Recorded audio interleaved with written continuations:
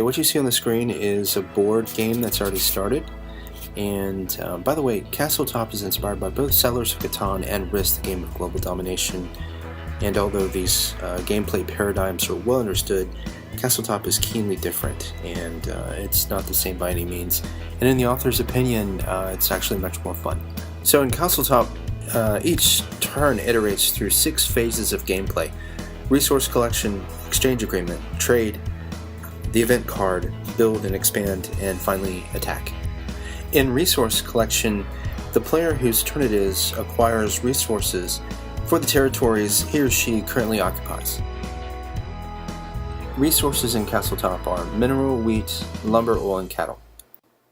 In France, for example, there are 2 cattle and 1 wheat allocated, totaling 3 resources for the 3 regions Aquitaine, Burgundy, and Brittany.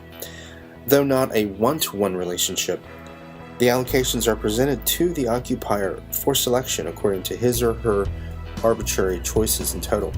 Had I occupied Aquitaine only, then I could only select one of these resources during my first phase of resource collection.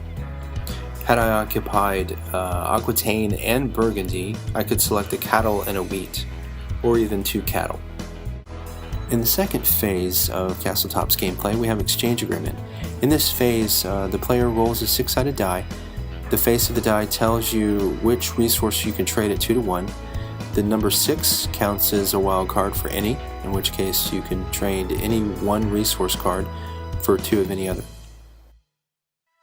So for example, if you rolled a 1 for mineral, then you can trade any resource for 2 mineral. So that's the exchange agreement, is really just rolling the die and getting the value for your trade. The next phase is trade, in which case you actually perform the trade with the bank. And you can also trade at 4-to-1 if you have to. For example, you could trade 4 cattle to substitute for, say, a mineral.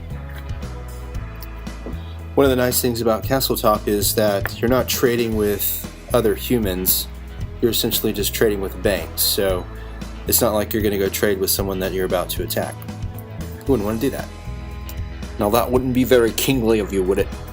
The next phase of Castle Toppe is the event card phase, in which the player simply selects the event card.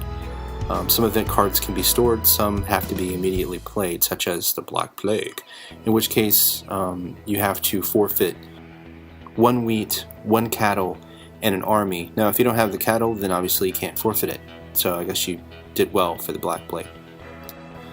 Another event card is the Wheat Princess, which allows you a quickened castle build. So what that means is, if you have a fort, you can quickly upgrade to a castle. You don't have to expend the resources to do so. You simply play the card, and there you go. And the Wheat Princess offers you also an extra wheat. The next phase of Castle Toppe is build and expand. In this phase, you utilize all the resource cards that you just traded to get. So obviously during trade, you want to think about how you're going to play out your build phase.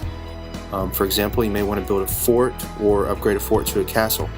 You may want to build a boat or upgrade a boat to a ship. You might want to expand armies, which takes mineral and wheat. All these things you kind of have to plan out a little bit in order to build and expand. Expansion is only done into contiguous territories, or if you have a boat that you've previously moved to a remote territory, then you can transfer armies using the boat into that territory as though it were actually contiguous. Expansion is also local to a territory, which means you can increase your army count, thus increasing the balance of power in your favor. For example, if you wanted to build up before you attack, or you just want to show a presence of defensive power. The last phase of Castle Toppe is the attack phase, in which you can carry out attacks on adjacent territories, or territories where you've positioned ships, not boats. Boats are meant for expansion, ships are used for attack. And of course you cannot go back in the phases, so once you attack, you cannot build.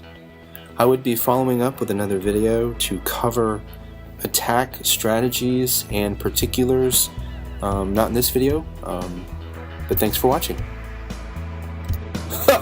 Castle Toppe!